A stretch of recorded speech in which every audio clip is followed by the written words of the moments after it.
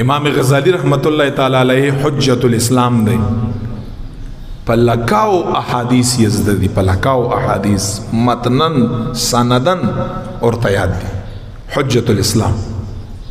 کله چې دی وفات شو د ډیر تصنیفات دي تقریبا 1000 پورې تصنیفات دي او یو مسلم شخصیت دی او دیو کتاب لیکل دی احیاء العلوم په نوم باندې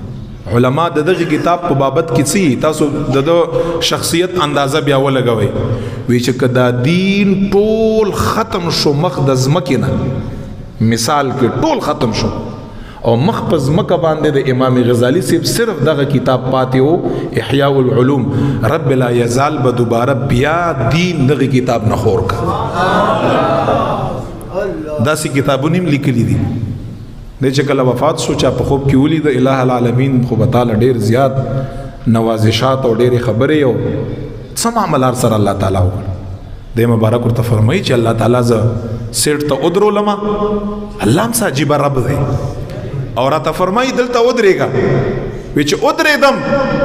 رب را ته فرمایل چې امام غزالی صاحب چې تا څومره کاوشونه او مهنتونه او نیکي وکړي ما ته یوم نه قبول شي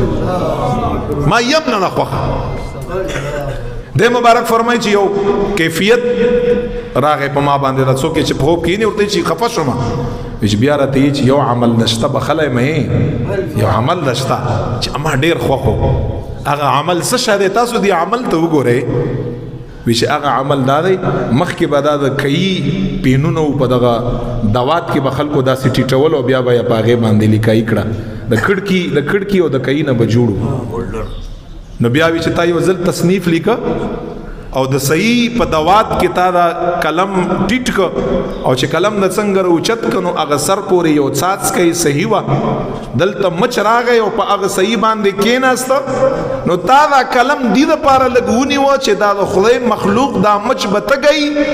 چې دا صحیح وسکي لږ غوندې دا قلم ورته ایثار که مچ اوچت شو بیا د لیکایي په وکړه رب مې ورته فرمایي قسم دی ما په دې عمل باندې وبخلی